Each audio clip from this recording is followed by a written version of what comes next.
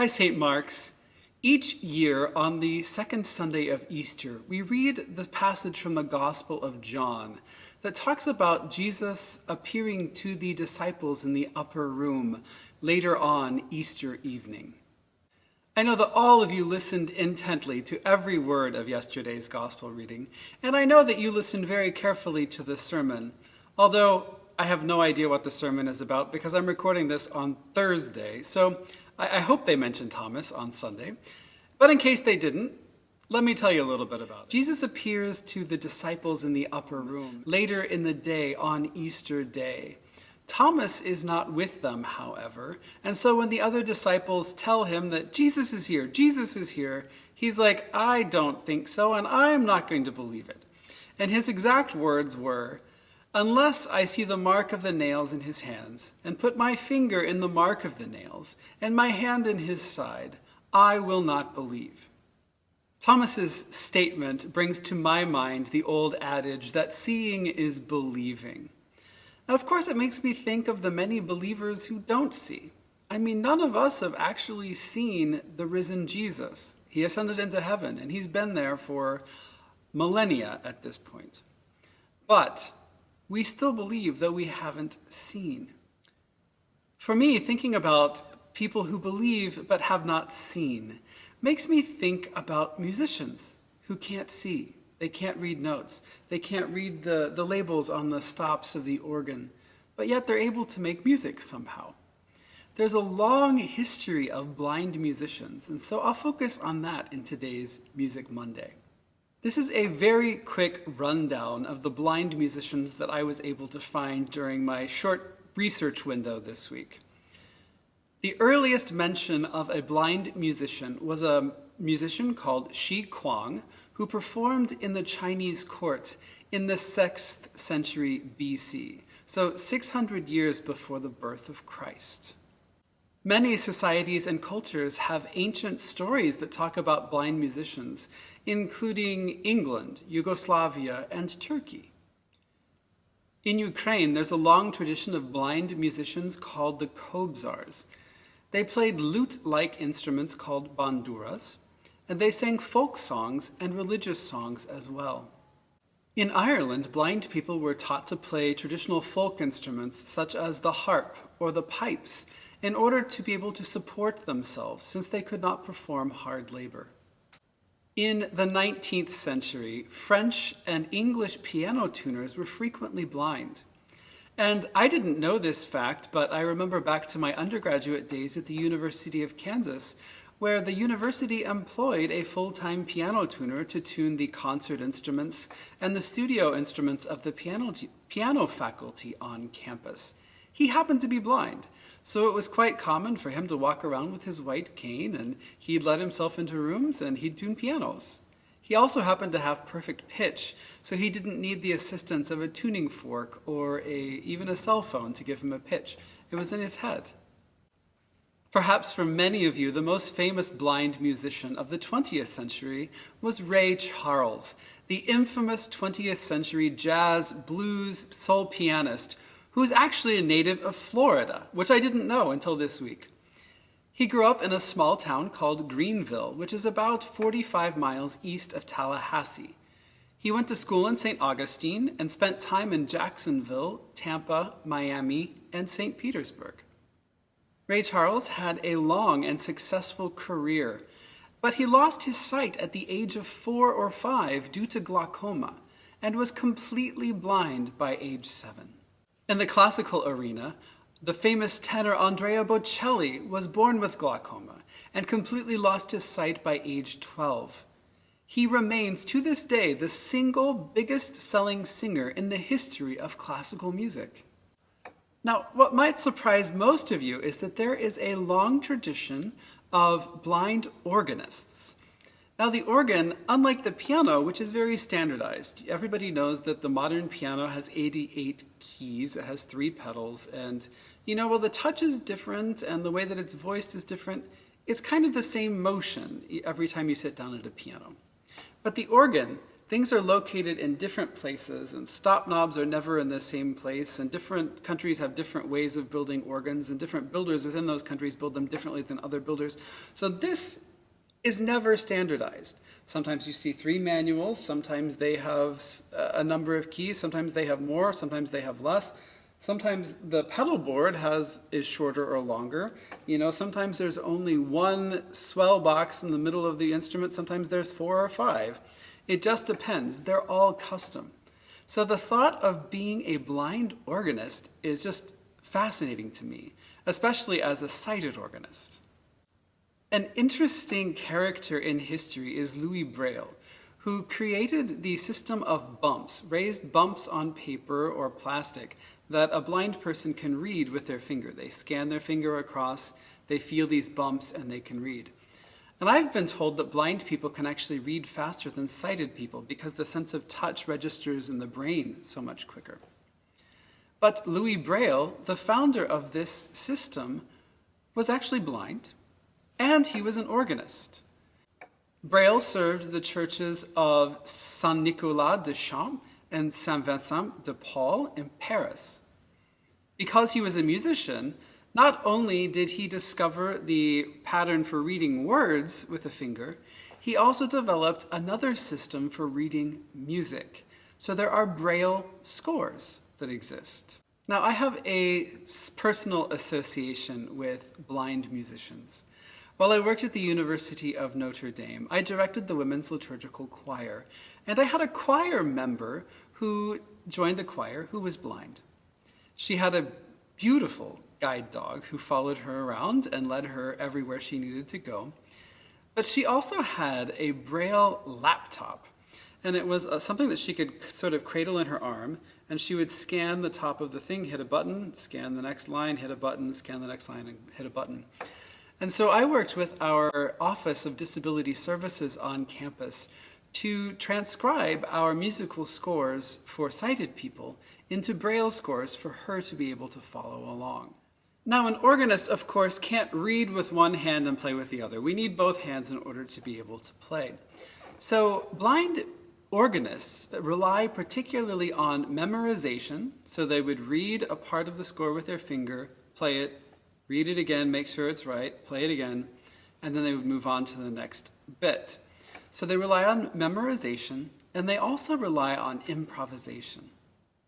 The country of France has a long history of improvisation at church services. It continues to this day. Some of the most amazing improvisers on the organ are from France. Many French organ builders also build each instrument that they build in a similar way, and so things are a little bit easier to find for a blind musician. The organ builder named Aristide Cavaillé-Coll, for example, was extremely prolific and built many instruments in the large churches in Paris and all over France, actually. And as such, it was a little bit easier to move from a Cavaillé-Coll to another Cavaillé-Coll than it would have been to move to an instrument built by another builder. Louis Vuierne. You heard the finale from his Symphony No. 1 on Easter Day. It was the postlude that day. But Louis Vuierne was born blind. He had congenital cataracts, and he had a surgery at age 6, which gave him partial sight. It allowed him to distinguish shapes and people and to read very large letters. Vuierne served as the organist at Notre-Dame de Paris from 1900 to 1937. It's incredible. That's one of the most prestigious positions in all of France. And this blind man held it for 37 years. André Marchal, another organist, was born blind, but he served as the organist at the Abbey of Saint-Germain-des-Prés and the Church of Saint-Eustache, both in Paris. Gaston Litez served as the organist at the Church of Saint-François Xavier, I think that's Xavier, or St. Francis Xavier in Paris from 1946 until his death in 1991. Jean Longley was the organist at the Basilica of Sainte-Clotilde in Paris from 1945 until 1988. And in 1985, Jean-Pierre Legay became one of the titular organists at Notre-Dame de Paris. He retired from Notre-Dame in 2015 and took the title of organist emeritus. Going backward in time just a little bit, in Italy, Francesco Landini, who died in 1397, served as the organist for the Florentine monastery of Santa Trinita, beginning in 1361, and the Church of San Lorenzo from 1365 until his death. His name is used by musical theorists to describe a particular kind of cadence at the end of a phrase or a piece called the Landini cadence. While he most likely did not invent this kind of cadence, he certainly used it frequently in his music, and that's why it bears his name. In Spain, Antonio de Cabezon served as a court musician to Charles V, who eventually became Holy Roman Emperor. He also served Prince Philippe and traveled widely with the prince to Italy, the Netherlands, Germany, and England. As they traveled, Antonio would play for the prince on a portative organ, which is a small portable instrument that they could take anywhere they went. In England, organist John Stanley was born sighted, but became blind after an accident involving a marble hearth and a basin full of china he was carrying around the age of 2. He became friends with George Frederick Handel, and Handel would frequently go to hear Stanley play at London's Temple Church, which is famous for its association with the Knights Templar. Even George Frederick Handel himself and Johann Sebastian Bach could technically be included as blind organists. They both went blind in their old age. J.S. Bach died in 1750 after complications from a surgery attempting to restore his sight, and it was done by a rather unskilled doctor. Today I'll play a piece for you by John Stanley, the blind organist of the Temple Church in London. And this is his Trumpet Voluntary in D major from his Opus 5, his second of 3 sets of 10 voluntaries for the organ. Now, trumpet in this case refers to the organ stop that mimics the trumpet rather than the trumpet itself. So it's an organ piece, it's not a trumpet piece, although trumpet players do play it. Some of you may recognize the second section of the piece because it is often played at weddings.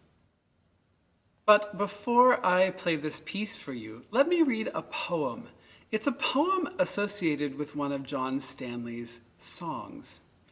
And the piece is titled The Blind Boy.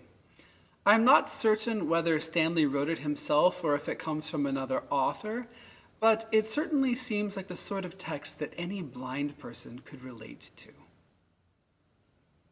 Oh, say, what is that thing called light, which I can ne'er enjoy? What is the blessing of the sight?